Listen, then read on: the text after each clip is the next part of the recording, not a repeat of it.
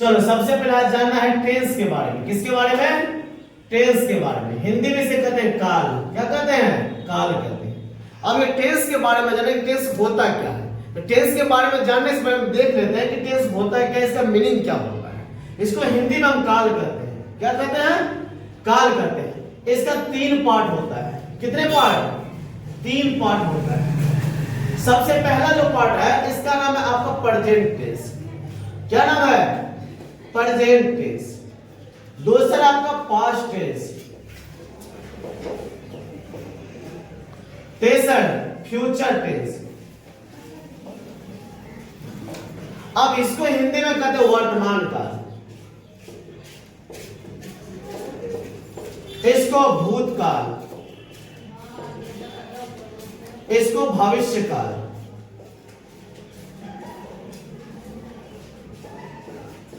अब ये तीनों का तीनों टेंस का हिंदी नाम हम देख लिया। अब पहला जो लिखा है प्रेजेंट टेंस, मतलब हिंदी में वर्तमान काल। जो काम अभी हो रहा है उसे कहते हैं प्रेजेंट टेंस।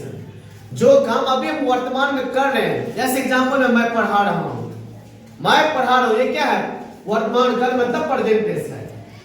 पास्ट टेंस का मतलब क्या? जो काम हो चुका हो, जो काम पहले ही हो चुका उसे क्या कहते हैं? पास्ट टेंस कहते हैं। जैसे एग्जांपल के लिए वे लोग पटना गए, सीता खाना खाई, मोहन दौड़े, हम लोगों ने परीक्षा दिए।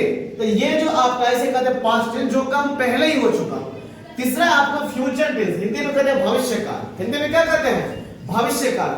भविष्य काल का मतलब क्या होता है कि जो काम होने वाला हो, जो काम भविष्य में होगा। जैसे हम लोग कल दरभंगा जाएंगे, सीता स्टेज पर नाचेगी, मुख्यमंत्री कल आएंगे। तो जो आपको भविष्य में काम होगा उसे कहते हैं भविष्य काल, अर्थात इंग्लिश में फ्यूचर टेंस कहते हैं। अब हर एक टेंस का आपको पार्ट बाय पार्ट हम जानते हैं। पार्ट बाय पार्ट जानने का मतलब क्या है कि सबका कितना पार्ट होता है। इसका पहला पार्ट आपको सबका 4 होता है। इसका पहला प्रेजेंट इंडेफिनिट टेंस, या इसी का नाम है simple present tense.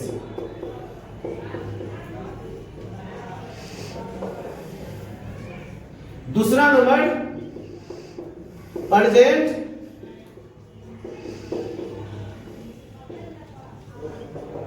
Progressive tense, या इसी का नाम है प्रेजेंट इम्परफेक्ट टेंस, या इसी का नाम है प्रेजेंट कंटिन्यूअस टेंस।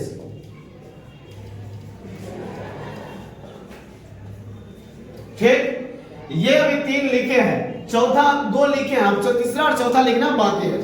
अभी 2 तक हम देखे थे, और तीसरा नंबर है प्रेजेंट परफेक्ट टेंस। कौन नाम है? Present perfect tense. 2 तक देख लिए थे, तीसरा नाम है प्रेजेंट परफेक्ट, और 4 नंबर में है प्रेजेंट परफेक्ट कंटिन्यूअस।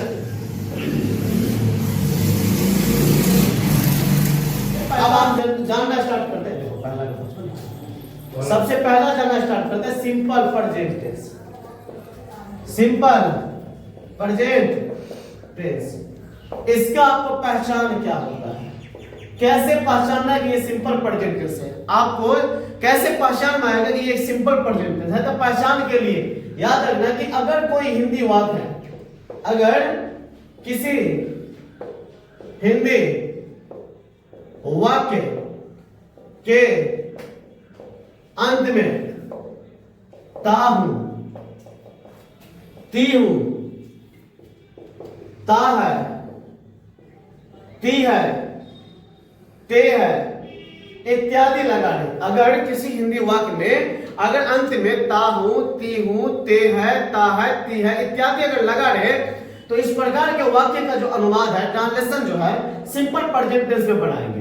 जैसे एग्जांपल के लिए, मैं पढ़ता हूं, मैं पढ़ता हूं। अब देखिए ये जो लिखा है मैं पढ़ता हूं, इसका अंतिम में देखिए यहां पे आ गया ता हूं, यहां पर अंतिम में क्या आ गया? ता हूं। सीता दौड़ती है, सीता दौड़ती है। अब ये सीधा दौड़ती है, अंत में आ गया ती है, तो ये जो ता हूं ती हूं इस प्रकार के अगर कोई भी वर्ड अंतिम में आता है तो ये क्या है, सिंपल प्रेजेंट टेंस है, या इसी को कहेंगे प्रेजेंट इंडेफिनिट टेंस है। यहां तक में लगता है दिक्कत नहीं होना चाहिए, ठीक। अब आगे है आपका इसका फॉर्मूला, जिसको हम स्ट्रक्चर बोलते हैं, या फॉर्मूला बोलो या इसका स्ट्रक्चर बोल सकते हो, या हिंदी में इसको बनावट कहते हैं। इसमें जो है आपको 6 सेंटेंस पढ़ना है। वैसे तो लिखा था 3 ही, लेकिन 3 में आपको समझ में आएगा नहीं, इसीलिए हम 6 को उसको करते हैं। सबसे पहला सेंटेंस होता है अफर्मेटिव, सबसे पहला अफर्मेटिव होता है, अफर्मेटिव सेंटेंस। अब ये अफर्मेटिव सेंटेंस को हिंदी में क्या करते हैं, इसका हिंदी नाम होता है सकारात्मक वाक्य। हिंदी में क्या होता है, सकारात्मक वाक्य। हिंदी में क्या कहते हैं, सकारात्मक वाक्य। अब ये जो अफर्मेटिव सेंटेंस है, कहने का तात्पर्य क्या है कि इसमें आपको किसी प्रकार का जो है वर्ड नहीं दिखाई पड़ेगा। जैसे एग्जांपल के लिए एक वर्ड आता है कि क्या मैं पढ़ता हूं, वह कहां पढ़ता है, वह कैसे पढ़ती है, ऐसा कोई कुछ भी नहीं रहेगा। मतलब सिंपल वर्ड क्या रहेगा कि मैं पढ़ता हूं, सिंपल में रहेगा मैं पढ़ता हूं। वे लोग दौड़ते हैं, वे लोग दौड़ते हैं। अगर इस प्रकार का सिंपल में लिखा है तो समझ जाइए आपको कौन है, अफर्मेटिव सेंटेंस है। जहां तक लगता है कि अब तो दिक्कत नहीं होना चाहिए, खैर इसके आगे हम देखते हैं। तो सबसे पहले आपको अफर्मेटिव सेंटेंस, इस अफर्मेटिव सेंटेंस में अभी हमने बता दिया था कि इसमें किसी भी प्रकार का वाक्य जो आता है या कोई भी वाक्य जो आता है, इसमें नहीं क्या कैसे कुछ भी लगा नहीं रहता, नॉर्मल सा वाक्य रहता है कि मैं पढ़ता हूं, वे लोग दौड़ते हैं, सीता खेलती है, हम लोग पढ़ना जाते हैं। इस प्रकार के नॉर्मल सा सेंटेंस आता है। तो ये नॉर्मल सा सेंटेंस बनाने के लिए इसका हम फॉर्मूला देखते हैं। तो फॉर्मूला इसका क्या होता है कि सब्जेक्ट प्लस वर्ब का पहला या पांचवा या ऑब्जेक्ट, मतलब सब्जेक्ट प्लस वर्ब का पहला रूप या पांचवा रूप और उसके बाद ऑब्जेक्ट को जोड़ देना। अब यहां तक जानने के बाद आपको यह भी जानना पड़ेगा कि सब्जेक्ट क्या होता है, वर्ब क्या होता है, ऑब्जेक्ट क्या होता है। अगर आपको पता नहीं हो कि सब्जेक्ट क्या होता है तो इसके बारे में एक बार देख लीजिए या याद कर लीजिए। I, we, you, he, she, it, they, ये सब क्या है, आपको सब्जेक्ट में आ जाता है। किसमें आता है, सब्जेक्ट में आ जाता है। I, we, you, he, she, it, they, उसके बाद देखिए सिंगुलर एंड प्लूरल नाउन। अब ये सिंगुलर और प्लूरल का मतलब क्या होता है, अगर आपको एक दिखाई पड़े, अगर आपको एक व्यक्ति है या एक कुछ है तो सिंगुलर है, और एक से ज्यादा है तो प्लूरल है। मतलब 1 पर्सन मतलब singular, more than 1 plural. Example के लिए अगर यहां लिखा है बॉय, लिखा है बॉय, तो ये आपको सिंगुलर। अगर इसको जोड़ दिए बना दिए बॉयज, तो ये बन गया प्लूरल। इसका मतलब होता है एक लड़का, इसका मतलब होता है एक से ज्यादा लड़का, इसका मतलब होता है एक से ज्यादा लड़का। ये सिंगुलर और प्लूरल में आपको जहां तक दिक्कत अब नहीं होना चाहिए। मतलब एक और रहेगा तो सिंगुलर, एक से ज्यादा रहेगा तो प्लूरल। जहां तक लगता है कि अब दिक्कत नहीं होना चाहिए। खैर अब आगे हम देखते हैं। यहाँ पे अभी सब्जेक्ट ले लिया, अब एग्जाम्पल हम लेते हैं। एग्जाम्पल है आपको कि मैं पढ़ता हूं, सबसे हल्का और सबसे नॉर्मल एग्जाम्पल, मैं पढ़ता हूं। आपको एक चीज याद रखना है कि बिना ऑब्जेक्ट का जो है सेंटेंस तो बन सकता है, लेकिन बिना वर्ब का जो है सेंटेंस नहीं बन सकता है। जब तक अगर ऑब्जेक्ट वर्ब नहीं दिया रहा है तब तक सेंटेंस फॉर्म होवे नहीं करेगा। अब यहाँ पे देखिए ये मैं पढ़ता हूँ, कौन पढ़ता है, मैं पढ़ता हूँ। कि मैं ये करते हम, मैं पढ़ता हूँ, जो काम करता है वो आपको सब्जेक्ट हो जाता है। ये मैं क्या है, आपको सब्जेक्ट हो गया। अब ये पढ़ता हूँ, ये आपको वर्ब है, लेकिन पहचान कैसे करेंगे ये वर्ब है। तो कोई कार्य के बारे में, किसी काम के बारे में जानकारी हो जाए तो आपको हो गया वर्ब। जैसे मैं पढ़ता हूं तो मैं करता क्या हूं, कुछ ना कुछ तो काम होगा जी, मैं तो कुछ कर रहा हूं ना। तो मैं क्या करता हूं, तो मैं पढ़ता हूं। मैं क्या करता हूं, मैं पढ़ता हूं। ये पढ़ना क्या हो गया, वर्ब हो गया। पढ़ना क्या हो गया, वर्ब हो गया। फॉर्मूला क्या कहता है कि सब्जेक्ट के साथ में वर्ब का पहला या पांचवा रूप प्लस उसके बाद ऑब्जेक्ट देना, लेकिन इसमें तो ऑब्जेक्ट है ही नहीं। तो चलो कोई बात नहीं। अगर आपको ऑब्जेक्ट नहीं दिया है तो कोई दिक्कत नहीं, बिना ऑब्जेक्ट का भी सेंटेंस बनता है, लेकिन ध्यान दें कि वर्ब रहना चाहिए। बिना वर्ब का जो है सेंटेंस बनवे नहीं करता है। तो इसमें तो वर्ब दिया हुआ है। अब इसको जब बनाना स्टार्ट करेंगे तो फॉर्मूला है कि सब्जेक्ट। अब सब्जेक्ट देखेंगे तो माय का मीनिंग होता क्या है, आई। माय का मीनिंग क्या होता है, आई, और पढ़ना का रीड। लेकिन ध्यान रखना है किसके साथ वर्ब का पहला रूप लगाएंगे, किसके साथ वर्ब का पांचवा रूप लगाएंगे।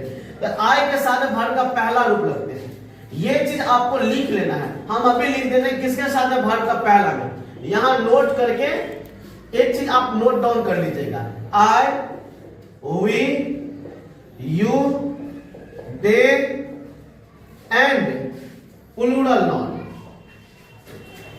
इन सबों के साथ में जो है वर्ब का पहला रूप लगाएंगे। बाद बाकी जो बचा है he, she, it, singular and singular noun, इन सबों के साथ में जो है वर्ब का पांचवा रूप लगा देंगे। तो अब वर्ब का पहला रूप और पांचवा रूप लगाने में जहां तक दिक्कत नहीं होगा। अब यहां देख लीजिए लिखा जो है मैं पढ़ता हूं, तो मैं का मीनिंग हो गया आई, पढ़ना का रीड। अब आई के साथ में वर्ब का पहला लगे है पांचवा, ये पता नहीं था, लेकिन अब पता हो गया कि आई, वी, यू, दे और प्लूरल नाउन रहेगा तो वर्ब का पहला रूप लगाएंगे तो रीड का रीड लग जाएगा। लेकिन यहीं पर लिखा था फिर से दूसरा एग्जांपल में कि वह पढ़ता है, वह पढ़ता है। तो पहला वाला एग्जांपल में तो हमने देखा कि आई के साथ वर्ब का पहला रूप लगाया, लेकिन इसी में जो लिखा था वह पढ़ता है, तो यहाँ पर वह का मीनिंग क्या होगा, ही। लेकिन यहाँ पर भी तो पढ़ना का मीनिंग रीड ही होता है, लेकिन रीड माने पढ़ना, तो यहाँ दे देंगे ये रीड, तो ये क्या हो जाएगा, गलत हो जाएगा। तो आपको हमेशा ध्यान रखना है कि ये जो भी ही सी था अभी तुरंत हम पीछे लिखा दिया है कि ही के साथ वर्ब का पहला नहीं पांचवा करेंगे, अब ये सही होगा। तो वह पढ़ता है तो क्या बनेगा, ही रीड्स, ही रीड्स। लेकिन मैं पढ़ता हूं तो आई रीड, हम लोग पढ़ते हैं तो वी रीड, तुम पढ़ते हो यू रीड, आप पढ़ते हैं यू रीड, वे लोग पढ़ते हैं दे रीड, सीता पढ़ते हैं सीता रीड्स। ये चीज को आपको ध्यान रखना है। चलिए अब आगे बढ़ते हैं, ठीक।